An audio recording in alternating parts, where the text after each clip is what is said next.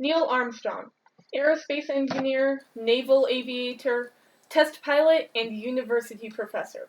Most people know him as the first man on the moon. However, 24.9 million people don't even know half of this man's accomplishments. Just imagine, what would life be like without Snapchat, Instagram, Tumblr, or Netflix?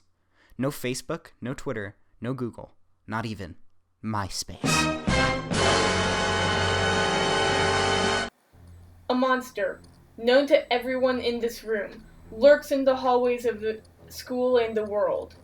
It pounces upon unknowing, unsuspecting people just trying to carry out their ordinary lives. Warning, you are unauthorized to access this content. Now, let's take a look beyond the filter. Internet censorship occurs all over the world, including North Korea, Cuba, and Saudi Arabia. It even happens in France, Germany, and the United States, but today we will focus on China. The censorship in China is very different from the censorship in France, Germany, and the United States. It focuses not on enforcing the law, but on preserving communist control.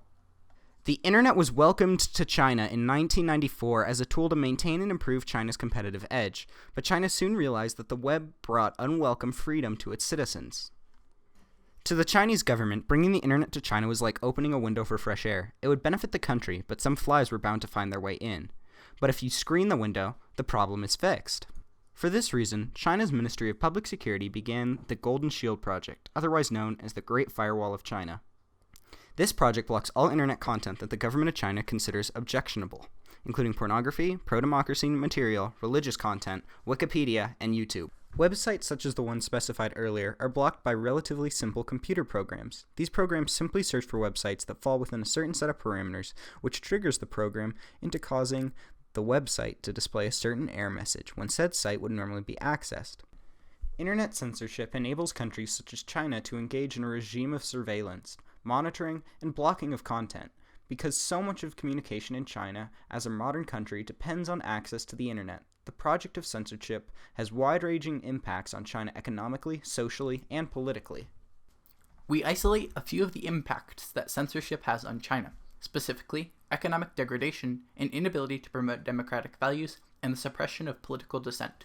Lack of internet freedom in China devastates its economy because it restricts the flow of information and results in overregulation of technological companies. Ed Black, a tech CEO, writes that, quote, "The economic threat is real.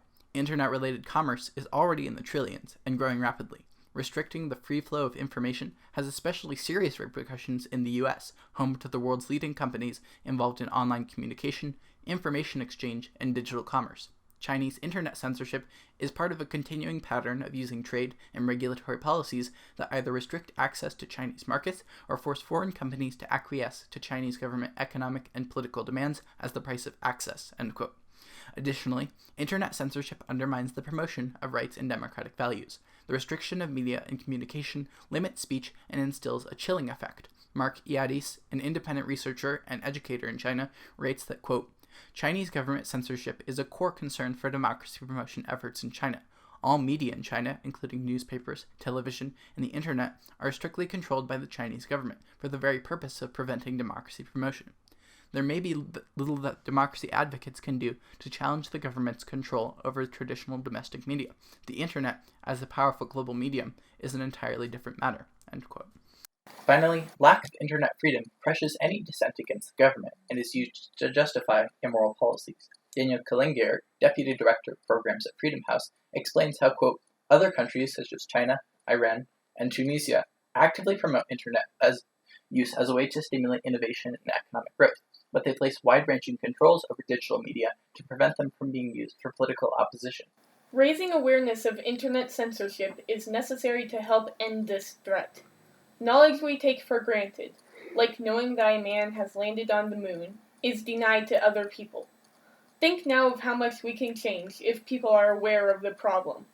Once people know an issue exists, progress can be made towards bringing an end to internet censorship in China and throughout the world.